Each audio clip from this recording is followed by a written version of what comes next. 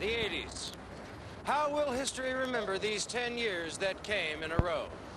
For me, Chuck Bruce, the 80s were like a busy street corner, a constant rush of activity. And now at the crossroads of a new decade, we pause to stop, look, and listen one last time before that light turns green. It should be quite a trip. And what better place to take it than in the 80s? 80th through 89th Street, right here in Manhattan. Together, we'll turn a few familiar corners, we'll hit some good pavement and some bad, and by the time we finish our little stroll, hopefully, we'll have found what we're looking for. Historical perspective, a sense of closure, and most importantly of all, a cute, snappy little name that we can all use to define the decade. So, let's get started. Global Village News presents the 80s, 10 years that came in a row. A look back at the decade with the Global Village News action team. Anchorman Chuck Bruce, investigative reporter ISIS, and traffic reporter Ned Skelly. 10 years ago, the 80s sent us an invitation. You are cordially invited, it said, on a journey into the future. And you know what? We had nothing else planned, so we said, sure, let's take that ride. And what a ride it was, even from that very first year.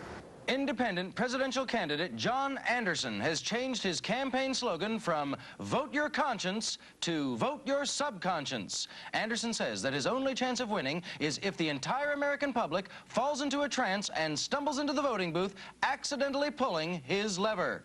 SALT II negotiations stalled again today as American representatives left the bargaining table, apparently because Leonid Brezhnev's eyebrows were giving Caspar Weinberger the willies. 33-year-old former college golfer Dan Quayle has upset incumbent Birch Bayh in the Indiana Senate race. In his acceptance speech, Quayle said, quote, "Ask not what your country is or who your country does for you, but rather think of others who think of you, then do that which is best for asking them about the country." President Carter's boycott of the Moscow Olympics dashed the dreams of many American athletes who must now begin to pick up the pieces. Tonight, Global Village News investigative reporter ISIS takes an up-close and personal look at one athlete the boycott left behind. Chuck, he's the greatest discus thrower in the world. He's Russ Hennessy, Hen to those who know him best. Russ, has it been hard giving up on your dream? I'll tell you something, it's been harder than you could possibly imagine. Putting that discus away, it was like, it's like burying a good friend or something, you know? I mean, for the past 8 years, all I've been doing every day is throwing that thing as hard as I can right into the sky. A skill that I imagine doesn't really cut it on the resume. No, but I'm doing okay here. You know, I'm coping. And coping you are, Russ. But doesn't it gnaw at you that that gold medal was right within your reach, only to be snatched away?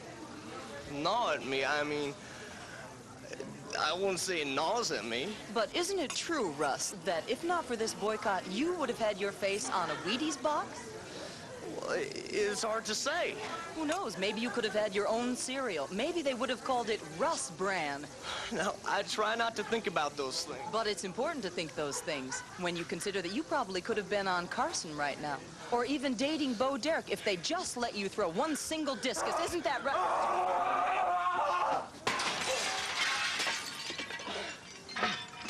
There you have it, Chuck. Shattered dreams and shattered dishes here in Darlington with a man they call Hen. In 1981, our love of excess took us to the cleaners. Ronald Reagan's black tie inaugural party, Charles and Di's lavish wedding, and most extravagant of all, the Pentagon budget. Hello out there from TV land, I'm Chuck Bruce. Colonel, according to information that we have obtained, the Defense Department is guilty of massive overspending on seemingly inexpensive items such as wrenches, screwdrivers, and toilet seats. Is this true? Yes, it is, Chuck. Then the government did pay $565 for a single toilet seat. Well, Chuck, this is a pretty special seat. Special? Chuck, the cushioning on this seat is not to be believed.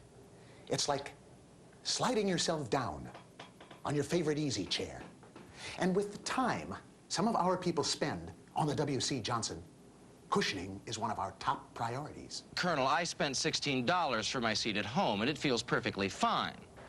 Does it really, though, Chuck? Now, Colonel, if you think for 1 minute that... But doesn't it chafe? Just a little bit? After a while? A little, I guess, but still, that doesn't mean that... Not this seat, Chuck. I mean, you plunk yourself down on one of these babies, and you might never get off. Really? It's that comfortable? Sure. What do you think I'm sitting on right now? I think you've made your point, Colonel. And, you can get these seats through a catalog? Great. Well, thank you for joining us. Calling his discovery a victory for all mankind, MIT professor Dr. David Harbinger announced his remarkable one-step solution to the popular Rubik's Cube. Said Harbinger, quote, "I just put it down the garbage disposal. Problem solved." Following 1981 came 1982, the year of cats, E.T., and the artificial heart. But perhaps the biggest story of that year was the National Football League players' strike. As the strike dragged on, the television networks tried desperately to fill the programming void with shows like Battle of the Network Dogs. Eventually, something drastic had to be done, and the Global Village news team was there when it happened. We have just confirmed reports that the networks are secretly offering $10 billion to any two countries willing to wage war on national television. Within days, Great Britain and Argentina agreed to accept the network's offer, and the Falklands War was soon underway. Suddenly, Sunday afternoons were back to normal on the networks. Looks like a submarine play here, with Argentina setting up in a devastating flying wedge. Here comes the MR-409 around the left end. Oh, but watch out, it's a torpedo from the starboard flank, and he's out of here! Let's see that again. Here it is. The torpedo's already launched. He's blindsided. No place to go but down. And that makes the score Great Britain 225, Argentina 2. Sleek and power-packed. Forward-moving and explosive. A decade with clear aims and plenty of impact. Could it be that these 10 years will forever be known as the torpedo decade? We won't know for sure until we've set our sights on 1983, when we come back.